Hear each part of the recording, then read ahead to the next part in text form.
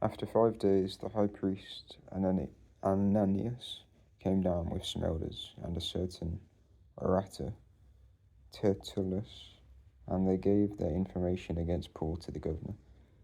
And when Paul was called, Tertullus began to accuse him, saying, Since we have obtained much peace through you, and since reforms are being carried out for this nation throughout your forethought, both in every way and everywhere, we welcome it, most excellent Felix, with all thanksgiving. But that I may not detain you further, I entreat you to hear us briefly in your forbearance.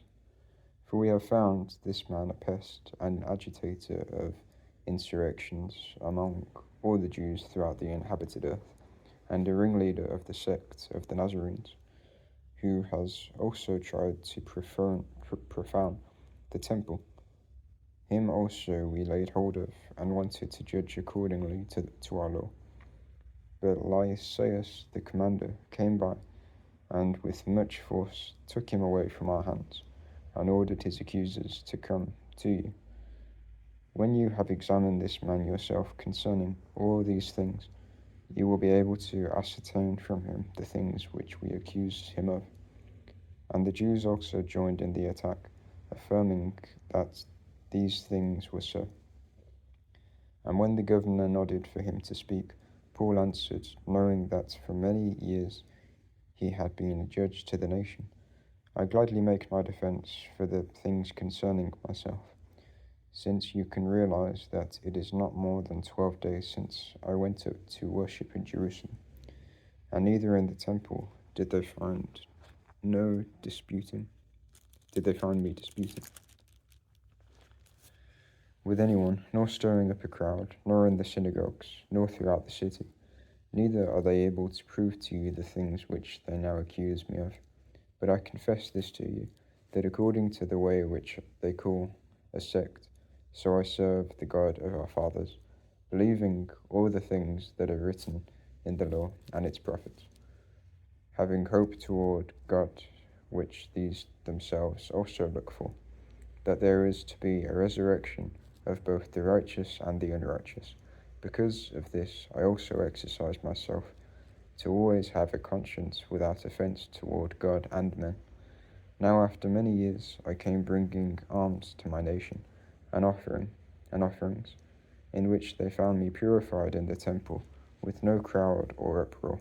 But certain Jews from Asia, who should have been present before you, and made accusation if they had anything against me, or else let these men themselves say what wrongdoing they found when I stood before the Sanhedrin. Other than concerning this one sound, which I cried out while standing among them, concerning the resurrection of the dead, I am being judged today before you. But Felix, knowing more accurately the things concerning the way, deferred them, saying, When Lysias the commander comes down, I will determine your affairs. And he directed the centurion to keep him in custody, and that he should have some liberty, and that no one should prevent his own people from attending him. But after some days, Felix arrived from Drusilla, his wife, who was a Jewess, and he sent for Paul and heard him concerning the faith of Christ Jesus. And as he was reasoning concerning righteousness and self-control and the judgment to come, Felix became afraid and answered, Go for the present, and when I have an opportunity I will call for you, hoping at the same time also that money would be given to him by Paul. Therefore he also sent for him more frequently, and conversed with him.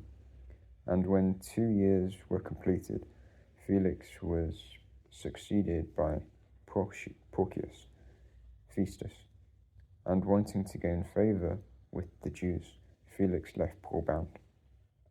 Festus, therefore, having come into the province, after 3 days went up to Jerusalem from Caesarea,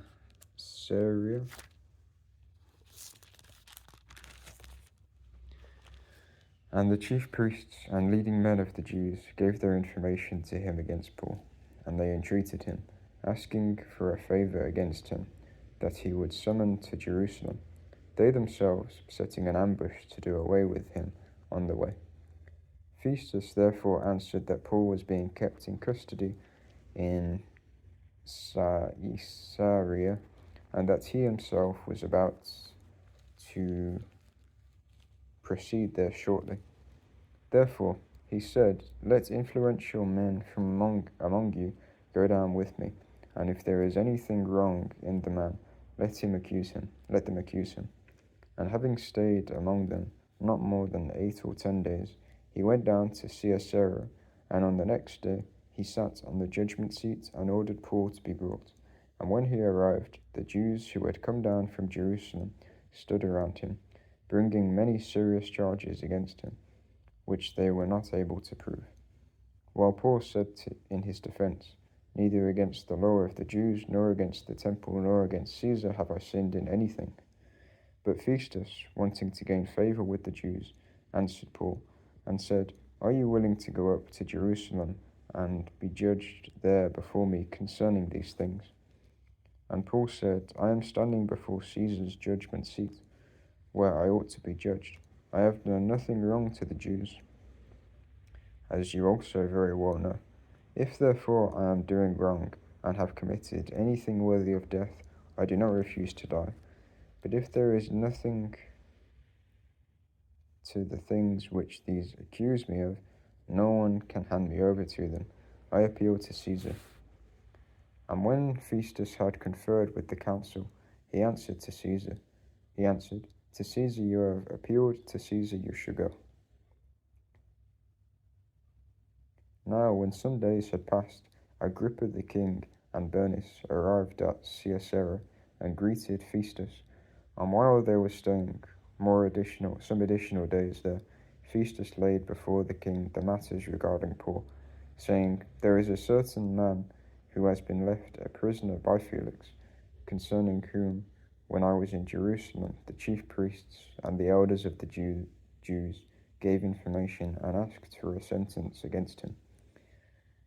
To them I answered, that is not the custom with Romans, to hand over any man before he who is accursed meets the accuser face to face and has an opportunity for defense concerning the charge. So when they had come together, I made no delay on the next day. Sitting on the judgment seat, I ordered the man to be brought. Concerning him the accusers stood and brought charge of the evil things I was suspecting. But they had certain questions against him concerning their own religion, and concerning a certain Jesus who had died, whom Paul affirmed to be alive.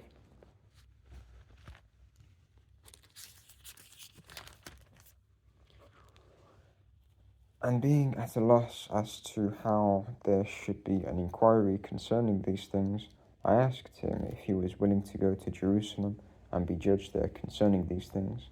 But when Paul appealed to be kept in custody for the decision of the emperor, I ordered him to be kept in custody until I should send him up to Caesar. And Agrippa said to Festus, I myself also would like to hear the man. Tomorrow, Festus, you shall hear him. Therefore, on the next day, when Agrippa and Bernice came with great pomp and entered into the hall of audience, together with the commanders and prominent men of the city, and when Festus had given the order, Paul was brought. And Festus said, King Agrippa, and all you men who are present with us, you behold this man concerning whom all the multitude of Jews have petitioned me, but in Jerusalem and here shouting that he ought not to live any longer. But I found that he had done nothing worthy of death, and since he himself appealed to the emperor, I decided to send him. Concerning him, I have nothing definite to write to my lord. Therefore I have brought him before you, and especially before you, King Agrippa, so that when the examination has taken place, I may have something to write. For it seems unreasonable for me in sending For it seems unreasonable to me in sending a prisoner not to also signify the charges against him.